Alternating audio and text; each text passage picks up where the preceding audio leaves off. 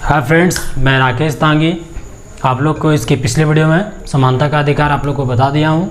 Next video में मैं चलता हूँ स्वतंत्रता का अधिकार यानी राइट टू फ्रीडम या राइट टू इक्वलिटी लिबर्टी इसको कह सकते हैं।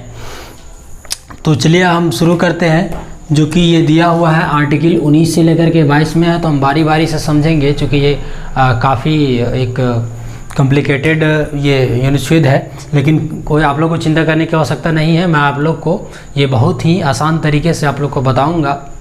और यदि आप लोग को इस वीडियो को समझ में आता है तो लाइक, सब्सक्राइब और कमेंट करके ज़रूर बताएं आप लोग को क्या परेशानी होती है। अगर अच्छा लगता है तो भी कमेंट कर सकते हैं। तो चलिए चलते हैं 19 के। चूँकि जिस प्रकार से हम लोग देखे हैं कि मौलिक अधिकार जो है पहले 7 था और वर्तमान में 6 है, उसी तरीके से अनुच्छेद 6 जो 19 है उसमें भी 7 प्रकार के अधिकार दिया था। और इसमें भी एक अधिकार का जो 44वां संविधान संशोधन 1978 में हुआ उसे हटा करके इसमें भी 6 बचा। तो 6 कौन कौन से बचे हैं ये चलिए हम देखते हैं इस वीडियो में। और ये भी देखेंगे कि कौन सा अधिकार को हटाया गया 19 में, अनुच्छेद 19 में। तो चलिए सबसे पहले अनुच्छेद 1 में चलते हैं। अभिव्यक्ति की स्वतंत्रता, बोलने की स्वतंत्रता, झंडा लहराने की स्वतंत्रता और प्रेस की स्वतंत्रता। क्वेश्चन में भी आता है कि भारतीय संविधान के किस अनुच्छेद में प्रेस की स्वतंत्रता की चर्चा की गई है, तो वो 19 के 1 के तहत ये स्वतंत्रता की चर्चा की गई है। इसमें हम क्या है, अभिव्यक्ति मतलब हम कहीं भी कुछ भी क्वेश्चन पूछ सकते हैं, हमारे पूरा अधिकार है। आप चाहे तो किसी सीएम हो या मुखिया हो, किसी से भी आप क्या कर सकते हैं, बोल सकते हैं, अभिव्यक्ति के मतलब या कुछ भी पूछ सकते हैं। ये आपको आज़ादी कौन देता है, ये संविधान देता है, ये हमारा मूल अधिकार है, ये हमसे कोई छीन नहीं सकता है ना।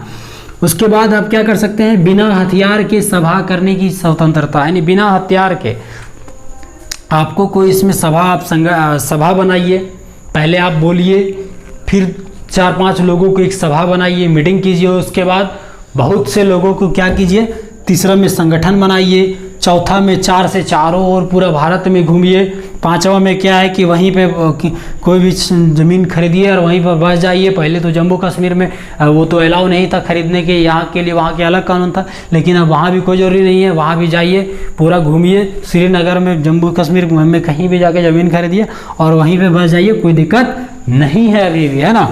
तो 5वां में आप बस जाइए। और 6ठा में संपत्ति का अधिकार था, चूँकि ये संपत्ति का अधिकार 2 जगह चर्चा पे किया हुआ है, एक 19 के 6 में है और एक 31 में किया गया। तो इसमें और उसमें क्या अंतर है हम आपको बताते हैं। ये संपत्ति का अधिकार है, हम चूँकि कहते हैं कि बसने का अधिकार, जैसे कि 1 में क्या है कि बोलने का अधिकार, 2 है कि 4-5 लोगों को सभा बनाइए, 3 में क्या है संगठन बनाइए, 4 में है कि चारों तरफ घूमिए और 5 में क्या है कि आप बस जाइए। और उस बसें हैं तो आप कहीं ना कहीं ज़मीन खरीदे होंगे, तो वो ज़मीन को जो संपत्ति का अधिकार था वो अब नहीं रहा, वो अब हो गया कानूनी अधिकार। और ये 300 के काम में डाल दिया, चूँकि 300 की जो अनुच्छेद है वो कानूनी अधिकार है। और ये कब किया गया, तो 44वां संविधान संशोधन 1978 में हुआ था, उसी टाइम किया गया। क्यों किया गया हम पिछले वीडियो में आपको बताए हैं, अगर आपको देखना हो क्यों किया गया है तो आप पिछले वीडियो में जा करके देख सकते हैं ना। तो हम इस वीडियो में ज़्यादा चर्चा नहीं करेंगे इसको, और इसका लिंक आपको डिस्क्रिप्शन में दिया रहेगा। तो 7वां में क्या है, व्यवसाय करने की स्वतंत्रता। आप वहाँ पे बस गए हैं, दूसरे स्थान पे घूम रहे हैं, तो वहाँ पे आपको व्यवसाय भी कर सकते हैं। तो चलिए आगे तो चलिए 20, इसमें भी 3 प्रकार की स्वतंत्रता दी गई है। तो 3 प्रकार के, चूँकि हम आर्टिकल 19 में बताए थे उसमें 7 था पहले और वर्तमान में 6 बचा हुआ है।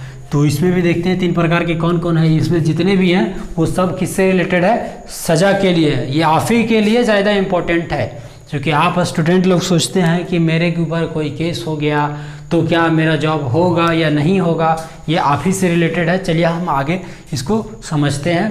20 के 1 में क्या दिया हुआ है, एक गलती की एक सज़ा। अगर आप कोई भी इंसान, कोई भी अगर नागरिक जो है ये गलती करता है तो उसको एक ही सज़ा दिया जाएगा, ये नहीं कि 2-3 सज़ा दिया जाएगा।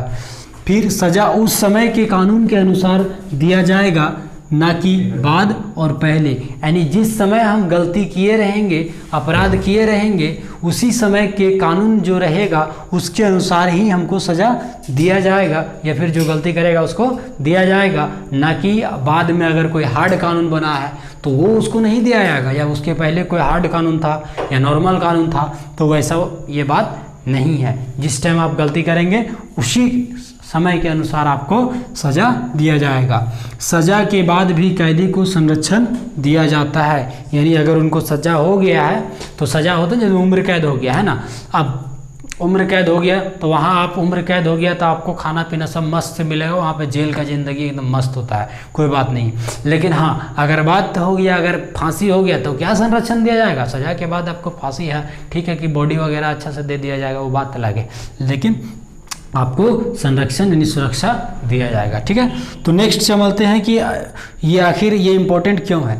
तो देखिए, अगर अनुच्छेद 20 में ही चर्चा किया गया है कि न्यायालय को दोषी करार नहीं क्या लिखा है, अनुच्छेद 20 के अनुसार न्यायालय किसी को दोषी करार नहीं करे तब तक वह अपराधी नहीं माना जाएगा। जब तक कि कोर्ट जो है, कोई भी कोर्ट हो, चाहे डिस्ट्रिक्ट कोर्ट हो, हाई कोर्ट हो या सुप्रीम कोर्ट हो, अगर आप गलती किए हो और आपको के नाम से केस दर्ज हो गया है थाना में, और आपको अगर यदि कोर्ट जब तक नहीं कह देता है कि ये दोषी है तब तक आपको अपराधी नहीं माना जा सकता है। अगर आप कहीं जॉब लगने वाला है आपको, तो आप क्या कर सकते हैं, आप न्यायालय से डिस्ट्रिक्ट कोर्ट पहले जाएं, तो वहाँ पे आपको अगर यदि आपके नाम से केस फाइल बंद हो जाता है तो आपको दोषी नहीं माना जाएगा, और आप जो है आसानी से जॉब कर सकते हैं। ऐसा नहीं है कि आपके नाम से केस दर्ज है और वो कोर्ट नहीं बोला है दोषी तो आप अपराधी हैं, ऐसा बात नहीं है। तो ये किस अनुच्छेद में इसकी चर्चा है? तो अनुच्छेद 20 में इसका चर्चा है। अगर आप लोग को समझ में आ रहा है तो वीडियो को लाइक सब्सक्राइब अवश्य करें, और नहीं समझ में आ रहा है या फिर कोई क्वेश्चन है तो आप इस वीडियो में कमेंट करके अवश्य बता सकते हैं, उसका आंसर मैं आपको दूंगा। अगर समझ में आ रहा है तो अपने साथियों को भी ये वीडियो को शेयर करें। तो चलिए, थैंक यू।